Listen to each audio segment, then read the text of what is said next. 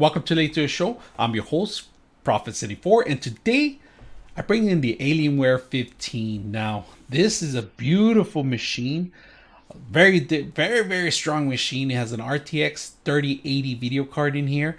It's capable of handling any freaking game out there. So we're gonna take a look at it. We're gonna benchmark it, and we're gonna take it apart, and we're gonna see what you get when you purchase it and what you can upgrade. So let's take a look. Keyboards. Power buttons right here. It's a little alien if you guys see it. This is for the air to actually float out. All right, this is for the air, and of course we have some more ventilations in the back.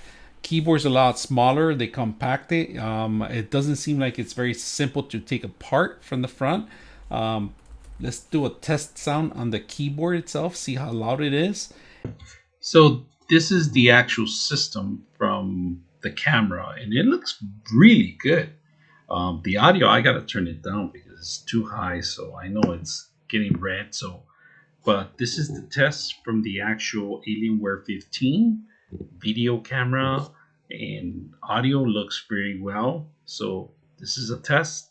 If you guys like it, make sure you keep looking at the rest. Keyboard tests. We're gonna do keyboard.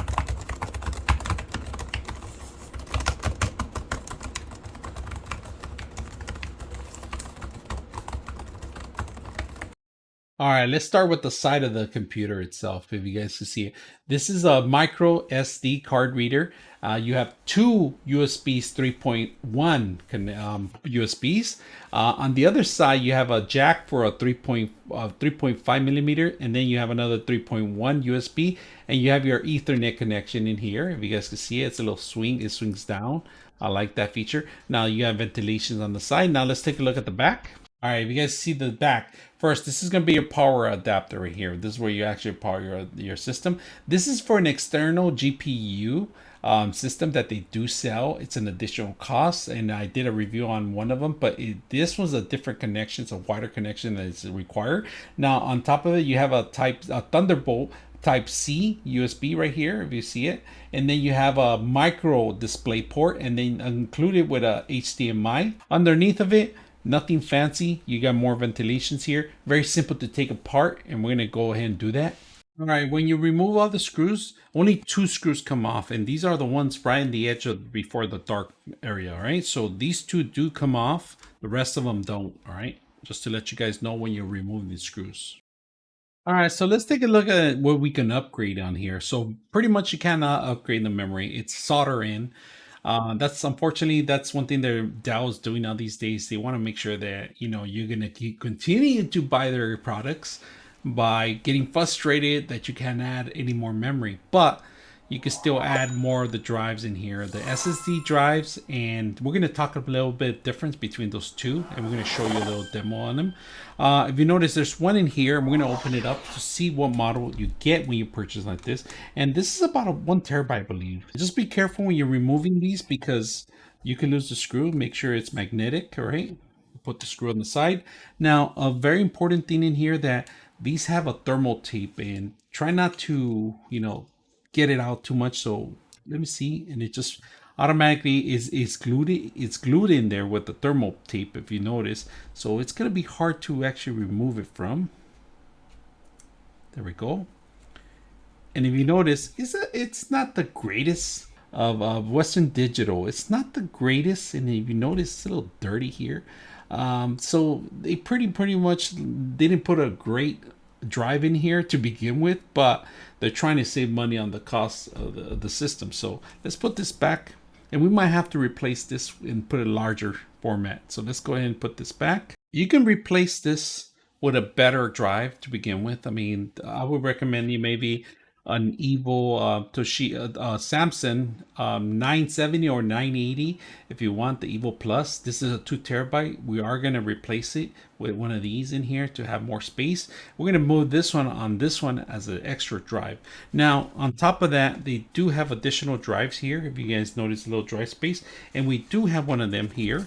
And this is an inexpensive one that you could add an extra drive, and we're going to open it up and see what you get. So here we have an SSD drive, a solid solid state hard SSD solid state 1 terabyte too, and we can embed in here. If you notice, just put it in here, and there is a screw that you go. So you could add this one, and then of course we're gonna add the other one, and we will add the second one either in here. So the drives, there's plenty of space for the drives, and so you go add this one in here, and then you have this one to add in here, so you could add actually more terabytes in here. So this is a 1 terabyte, if you notice, and this is a different kind of cut. If you know, it's BNA together, and this is NVMe. Of course, this is not NVMe. This is an NVMe drive, but today I have one of these drives, A and B, and then I have an NVMe. So you could upgrade 2 drives in here, 2 additional drives in here, plus that extra one you could actually upgrade and replace if you want to. But that's pretty much what you can do on this machine.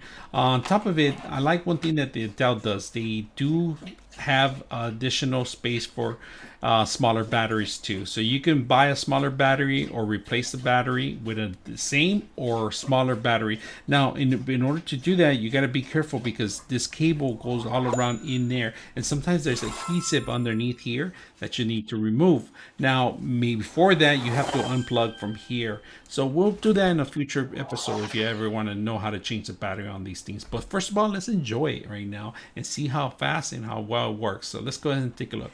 So turn it on, just push the button. Look at this beautiful lighting show that you have in here.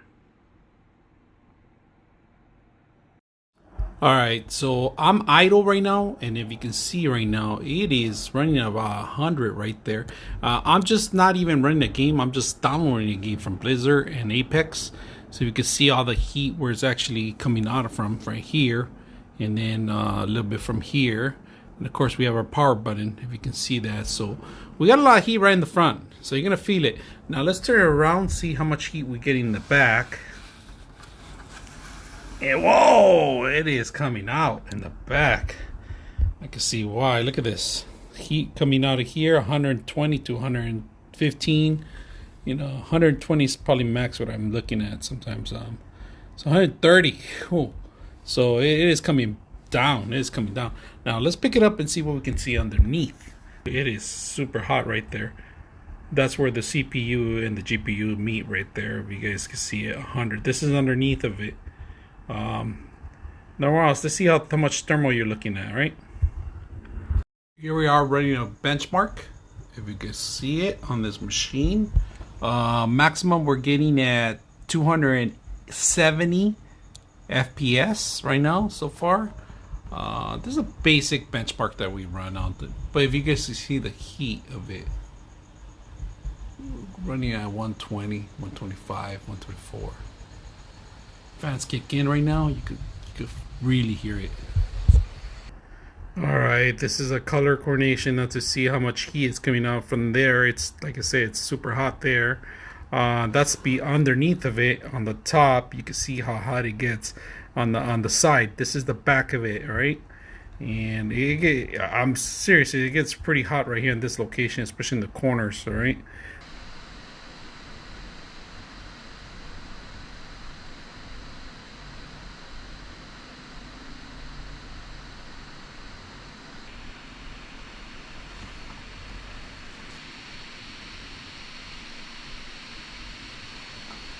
Let's try some Apex today on this laptop, see how well it works.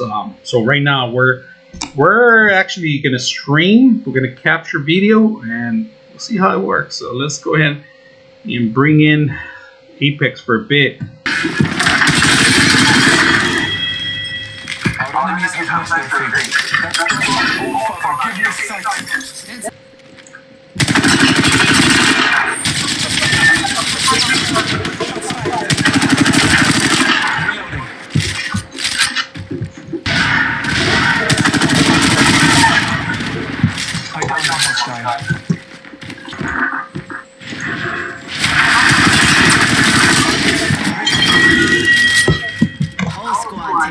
All right, so my final thoughts on this system. I like the addition that they added a 3080 in here, but it is extremely hot. This machine really overheats, especially when you're playing, and it's annoying when you hear the noise in the background. But it's the price you pay for a heavy duty machine, and it needs a lot of cooling space. So when I was playing, it was so hot that the keyboards were a little too hot for my fingers. I'm not gonna lie to you, it was a little extreme, too extreme hot. So maybe an external keyboard, but either way, if it's gonna damage some of the components in here, and that's what I saw in some of the old Origins that they were burning out. So maybe replacing the thermal paste is gonna be like a yearly thing for me for buying this. So for the price you're paying, there's not enough room, I guess, for the system to ventilate properly because it does overheat a lot. Overall, great gaming system, great video conferencing equipment that it comes with, the video camera, the audio. I was picking the audio up on the here, so if you're gonna game, maybe you want to game with a headset because it was double echoing on the system when I was recording it.